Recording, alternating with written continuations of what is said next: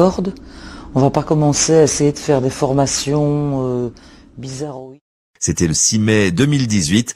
Bruxelles vibrait sous la chaleur d'un printemps précoce et sur la place des Palais, une silhouette familière s'avançait vers le micro. Morane était là. Elle souriait, radieuse et vivante, annonçant au monde entier son grand retour après 2 longues années d'un silence absolu et terrifiant. Sa voix, ce timbre de velours et de rocaille qui avait bercé des millions d'âmes, résonnait à nouveau en chantant Jacques Brel pour la foule en délire. C'était une résurrection. Mais personne dans ce public n'aurait pu imaginer que c'était en réalité un adieu. Moins de 24 heures plus tard, le silence retomberait, mais cette fois-ci, il serait éternel. Bienvenue sur la chaîne Icônes et Silences, le lieu où nous explorons les destins brisés et les vérités cachées derrière les plus grandes légendes de la culture francophone. Aujourd'hui, nous ouvrons le dossier poignant de Claudine Luypert, celle que l'histoire retiendra sous le nom de Morane. L'ironie du sort est d'une cruauté sans nom. 3 jours seulement avant de nous quitter, Morane avait brisé l'omerta. Elle avait enfin révélé le lourd secret de sa disparition médiatique, confessant qu'elle avait perdu sa voix, son instrument, son âme, à cause d'une opération risquée des cordes vocales. Elle avait parlé de sa peur, de sa solitude face à une industrie qui ne tolère aucune faiblesse, et de ce sentiment de petite mort qu'elle avait ressenti loin des projecteurs. Elle pensait avoir vaincu ses démons. Elle pensait que le pire était derrière elle. Mais comment une telle force de la nature a-t-elle pu être fauchée au moment précis où elle retrouvait la lumière? Qui avait réellement imposé ce silence à Morane bien avant que son cœur ne cesse de battre? Sous les projecteurs, elle était la diva puissante et intouchable. Mais dans l'ombre, derrière les rires tonitruants sur les plateaux de télévision, se cachaient des blessures profondes que le public ignorait. Des blessures infligées par le regard des autres, par les jugements sur son apparence et par une quête d'amour éperdue. Alors que nous nous penchons sur ces dernières heures et sur les révélations qu'elle a laissées comme un testament involontaire, une question nous hante. Est-ce que le monde a vraiment écouté ce qu'elle essayait de dire avant qu'il ne soit trop tard? Pour comprendre la tragédie de sa fin, il nous faut remonter le temps. Il nous faut comprendre comment une petite fille destinée à la musique a dû se battre contre sa propre image pour devenir une icône. Tout a commencé bien loin des larmes de Bruxelles, dans une maison où la musique était à la fois une bénédiction et une malédiction. Pour comprendre la grandeur de ce qui a été perdu, il faut d'abord mesurer la hauteur du sommet qu'elle avait atteint. L'histoire de Morane ne commence pas sous les paillettes, mais dans la rigueur austère d'une famille de musiciens classiques. Née Claudine Luypert, elle grandit dans une atmosphère où la musique n'est pas un simple loisir, mais une religion exigeante. Son père, directeur de conservatoire, et sa mère, pianiste, rêvent pour elle d'une carrière de virtuose du violon, mais la petite Claudine étouffe. Elle sent vibrer en elle une autre musique, plus chaude, plus charnelle, celle du jazz et de la soul qui ne demande qu'à sortir. Très vite, elle comprend que pour exister, elle doit tuer la jeune fille timide et obéissante qu'elle était. C'est ainsi que Claudine s'efface pour laisser naître Morane, un nom de scène choisi comme une armure pour affronter le monde. La véritable ascension vers la gloire commence à la fin des années 80, une époque où la France a soif de voix authentiques. Le destin frappe à sa porte sous les traits de Michel Berger qui lui offre le rôle de Marie-Jeanne dans la 2e version de l'opéra rock légendaire Starmania. Ce rôle de serveuse automate mélancolique et lucide semble avoir été écrit pour elle. Lorsqu'elle chante les uns contre les autres, ce n'est plus seulement une performance scénique, c'est une révélation.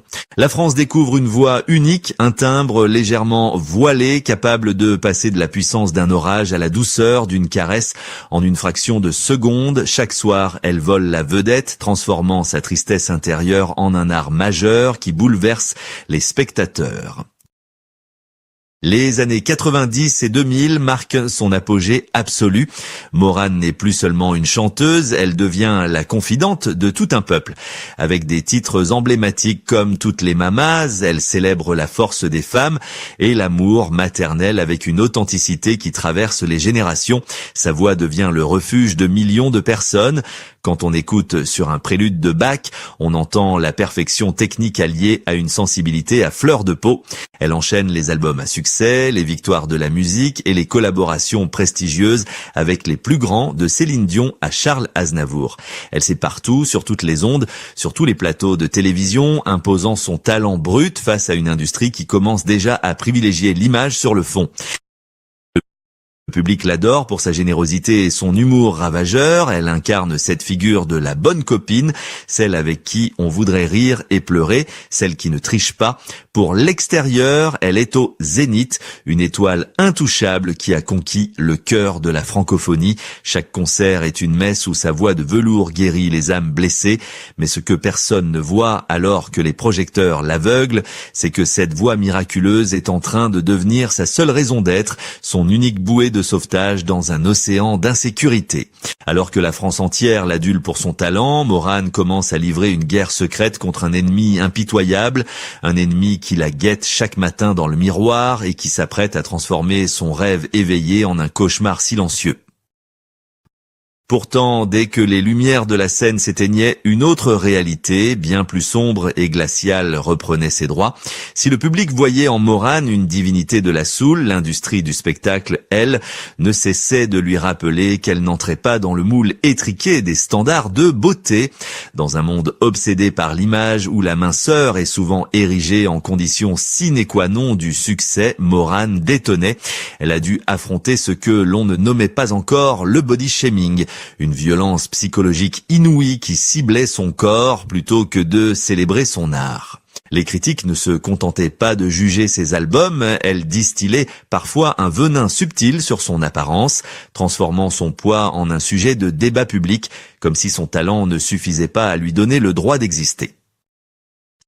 Cette pression constante a creusé en elle un fossé vertigineux entre l'image de la femme forte qu'elle projetait et la petite fille blessée qui pleurait en coulisses.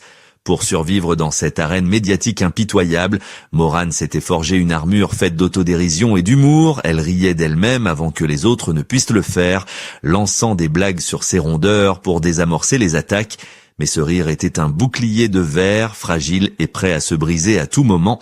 Chaque remarque désobligeante, chaque regard insistant des producteurs qui suggéraient tacitement qu'elle vendrait plus de disques, si elle perdait quelques kilos, était une nouvelle entaille dans son estime de soi. Elle se sentait souvent réduite à une enveloppe charnelle, une voix sans visage acceptable pour les couvertures de magazines glamour. L'envers du décor était aussi marqué par une solitude abyssale, ce mal étrange qui ronge tant d'artistes au sommet. Après l'adrénaline des concerts, après avoir reçu l'amour inconditionnel de milliers de spectateurs, Mauranne se retrouvait souvent seule dans des chambres d'hôtel impersonnelles, face au silence assourdissant de la nuit. Cette solitude était d'autant plus lourde qu'elle cherchait éperdument l'amour, un amour qui saurait voir au-delà de la célébrité et des complexes. Elle a souvent confié avoir le sentiment d'être un produit que l'on consomme, une machine à émotion pour les autres, qui s'oubliait elle-même. Les exigences contractuelles, les tournées interminables et la pression de devoir être toujours performante, toujours souriante, l'ont peu à peu isolée d'une vie normale. Elle donnait tout à son public, chaque parcelle de son énergie, ne gardant pour elle que l'épuisement et le doute. Le système ne l'a pas protégée, il l'a consumée, il a pris sa générosité et en a fait une obligation, il a pris ses failles et en a fait du spectacle. Mauranne vivait dans cette tension permanente, écartelée entre le besoin viscéral de chanter pour être aimée et la douleur d'être constamment scrutée. Elle ne le savait pas encore, mais ce corps qu'elle malmenait et cette âme qu'elle épuisait allaient en finir par dire stop. La tragédie n'était pas seulement dans les mots blessants des autres, elle était en train de s'inscrire dans sa chair même. Car à force de crier sa douleur en chanson sans jamais être vraiment entendue, c'est son instrument le plus précieux, sa voix, qui s'apprêtait à la trahir de la manière la plus cruelle qui soit. En 2016, le ciel s'est effondré sur celle qui ne vivait que par et pour la musique. Ce que Mauranne redoutait le plus au monde a fini par arriver avec une violence inouïe. Son corps a dit non. Un diagnostic médical est tombé comme un couperet glacé, révélant un œdème grave sur ses cordes vocales. Pour n'importe qui d'autre, ce ne serait qu'un problème de santé passager, mais pour la voix de velours, c'était une condamnation à mort professionnelle. Les médecins ont été formels et intraitables. insupportable. L'opération était inévitable et le silence devait être total. Plus de concerts, plus de studios, mais pire encore, plus de paroles. Elle, la bavarde, l'épicurienne qui aimait rire fort et partager sa vie, s'est retrouvée soudainement murée dans un silence forcé, prisonnière à l'intérieur de son propre corps, incapable d'émettre le moindre son pour exprimer sa détresse. Ce fut le début d'une traversée du désert qui allait durer 2 longues années, une éternité pour une artiste de sa trempe. Le monde du spectacle, cet amant volage qu'il avait tant adulé lorsqu'elle était au sommet, a montré son visage le plus cruel, l'indifférence. Alors qu'elle luttait seule contre l'angoisse terrifiante de ne plus jamais pouvoir chanter, le téléphone a cessé de sonner, les invitations se sont faites rares, les producteurs se sont volatilisés, elle a vu les projecteurs se tourner vers d'autres visages, d'autres voix plus jeunes, plus lisses, laissant Morane dans l'ombre grandissante de l'oubli. Elle s'est sentie comme un objet cassé que l'on range au placard, une icône poussiéreuse dont on oublie vite l'éclat dès qu'elle ne brille plus. Cette indifférence a creusé en elle une blessure narcissique profonde, bien plus douloureuse que l'opération chirurgicale elle-même. Morane a sombré dans une forme de dépression sourde, loin des regards. Elle a vécu ce qu'elle appellerait plus tard une petite mort, loin des caméras, sans le retour d'amour du public qui était sa drogue vitale. Elle a dû affronter ses démons sans filtre ni protection. Elle se sentait inutile, invisible, perdue dans un quotidien banal qui ne lui ressemblait pas, rongée par la peur que sa carrière ne soit définitivement terminée. Le système l'avait abandonnée à son sort, prouvant que sans sa voix, elle n'était plus rien à leurs yeux. Mais c'est précisément au fond de ce gouffre, dans ce silence assourdissant qui aurait pu la détruire, qu'une colère salvatrice a commencé à germer. Elle a refusé d'être enterrée vivante. Elle a refusé que sa dernière note soit celle d'un échec. Dans l'ombre de sa convalescence, Morane a commencé à réapprendre à chanter, note après note, douleur après douleur, affûtant ses armes pour un dernier combat. Elle allait revenir, non pas pour plaire à ceux qui l'avaient oubliée, mais pour dire sa vérité, une vérité qu'elle s'apprêtait à hurler à la face du monde quelques jours seulement avant que le destin ne la reprenne. C'est début mai 2018, lors de ce qui allait devenir sa dernière semaine sur Terre, que Morane a décidé de reprendre le pouvoir.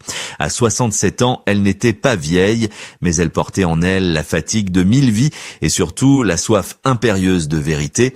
Le moment de briser l'omerta était arrivé.